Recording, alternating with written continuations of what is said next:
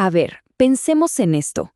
¿Puede una victoria ser tan, pero tan grande que al final termine por destruirte? Suena a locura, ¿no? Bueno, esa es exactamente la increíble historia de las guerras púnicas. Un conflicto que cambió a Roma para siempre, pero de una manera que nadie, de verdad, nadie se imaginaba. Y haces la pregunta del millón, ¿no? ¿A qué precio? Porque claro, Roma sobrevivió, ganó, pero lo que tuvo que pagar, eso cambió su alma para siempre. Y hoy vamos a entender exactamente por qué. Ok, para entender de verdad el costo, primero tenemos que entender la magnitud de la amenaza.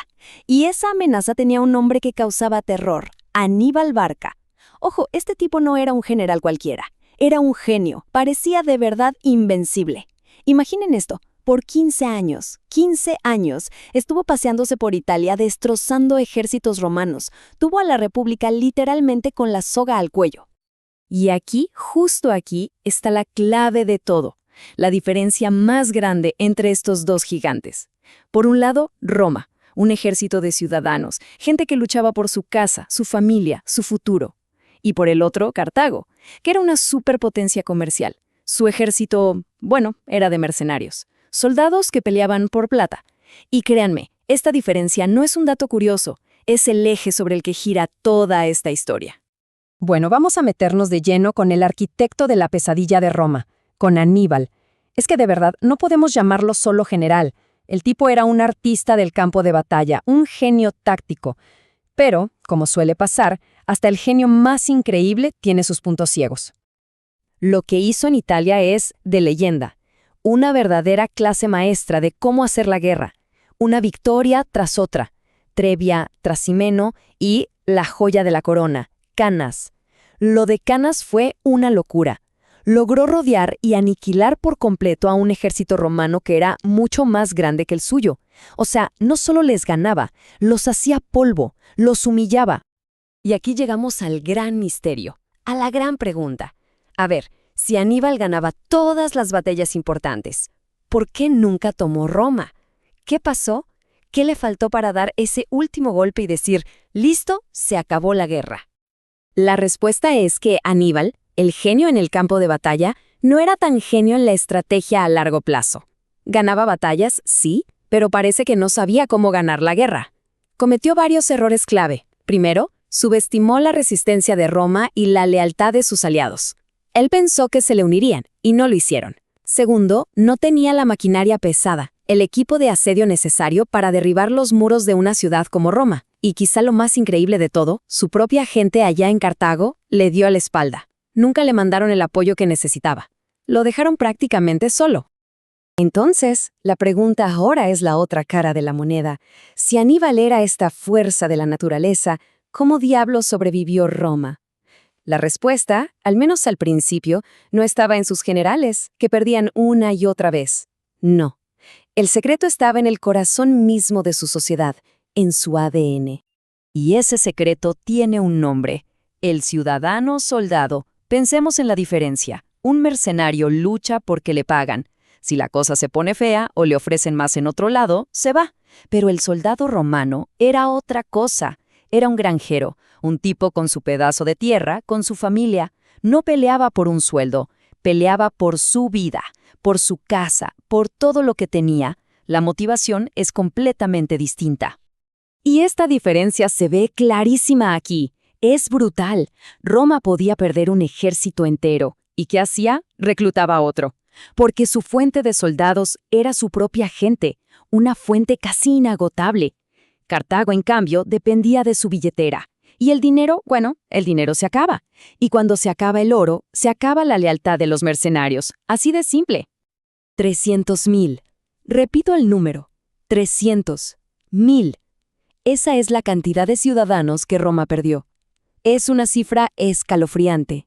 Una pérdida de gente que hubiera hecho colapsar a cualquier otra nación de la antigüedad. Pero Roma no. Siguió de pie. Simplemente no se rindieron. Pero claro, la resistencia sola no es suficiente para ganar una guerra. Aguantar golpes no te da la victoria. Para vencer a un genio como Aníbal, Roma necesitaba encontrar su propio genio. alguien que no solo se le plantara de frente, sino que fuera lo suficientemente inteligente como para aprender de él. Y ese hombre finalmente apareció. Su nombre, Escipión. Y aquí es donde vemos la genialidad y la audacia de Escipión.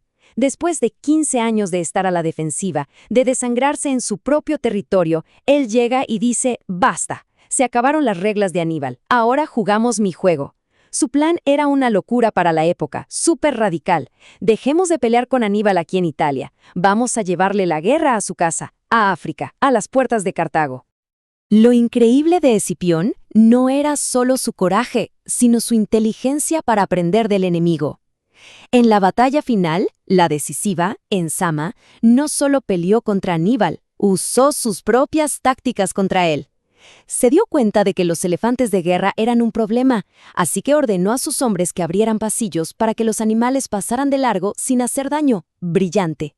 Y luego, para rematar, usó la misma táctica de rodear al enemigo que Aníbal había usado para masacrar a los romanos en Canas. Le dio una cucharada de su propia medicina. Le ganó al maestro en su propio juego. Y así fue. Roma ganó. Cartago fue totalmente derrotada, eventualmente borrada del mapa. Fin de la historia, ¿no? Pues no, porque aquí es donde todo se pone oscuro, irónico. La victoria que salvó a la República de Roma fue la misma que, sin que se dieran cuenta, empezó a matarla por dentro. Fue un proceso lento, casi invisible al principio, pero imparable. ¿Qué pasó? La victoria trajo a Roma una cantidad absurda de riqueza y de esclavos. Y esos esclavos terminaron trabajando en enormes fincas. El resultado, los pequeños granjeros, los mismos ciudadanos soldados que habían ganado la guerra, no podían competir. Se arruinaron, perdieron sus tierras, y según la ley romana, si no tenías tierra, no podías ser soldado. Así que el viejo modelo colapsó. Roma tuvo que crear un ejército profesional, de soldados que ya no le eran leales a la República, sino al general que les pagaba. El camino para los señores de la guerra, para gente como Julio César, estaba servido en bandeja de plata. Básicamente, este es el cóctel venenoso que se tomó Roma sin darse cuenta.